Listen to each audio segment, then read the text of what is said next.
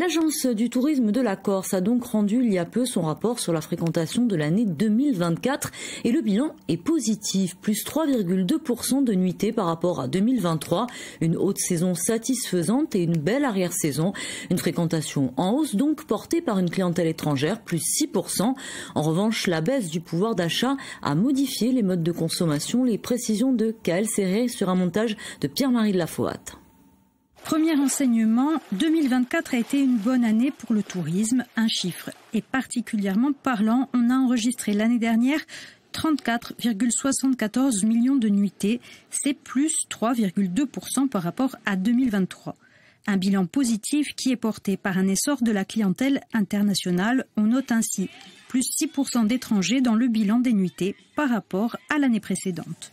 Néanmoins, la clientèle française reste le premier vivier touristique pour la Corse.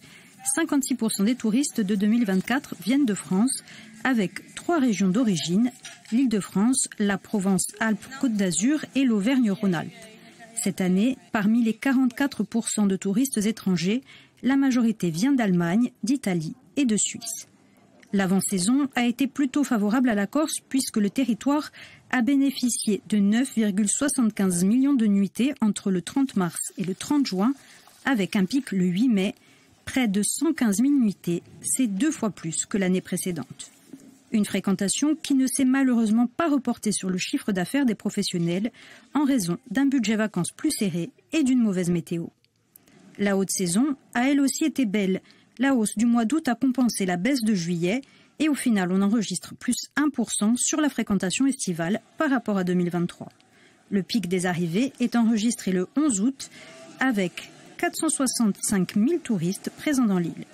L'arrière-saison a elle aussi été satisfaisante en termes de fréquentation avec 1,6 million de passagers transportés, soit plus 2% par rapport à 2023. Pour autant, le moral des professionnels du tourisme n'est pas au beau fixe car les bénéfices ne croissent pas forcément très vite.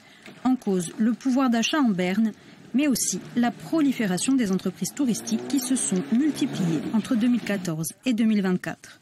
En 10 ans, le nombre de structures qui travaillent dans le tourisme a augmenté de 56%. Or, la part d'augmentation du tourisme, c'est 12%. Donc vous voyez, le gâteau augmente un peu, mais les bénéficiaires du gâteau augmentent beaucoup. Donc il y a certainement un ajustement à faire de ce côté-là. Un ajustement à faire sans aucun doute. Reste une bonne nouvelle toutefois, l'étalement de la saison touristique dont la Corse rêve depuis des années et qui semble désormais être une réalité.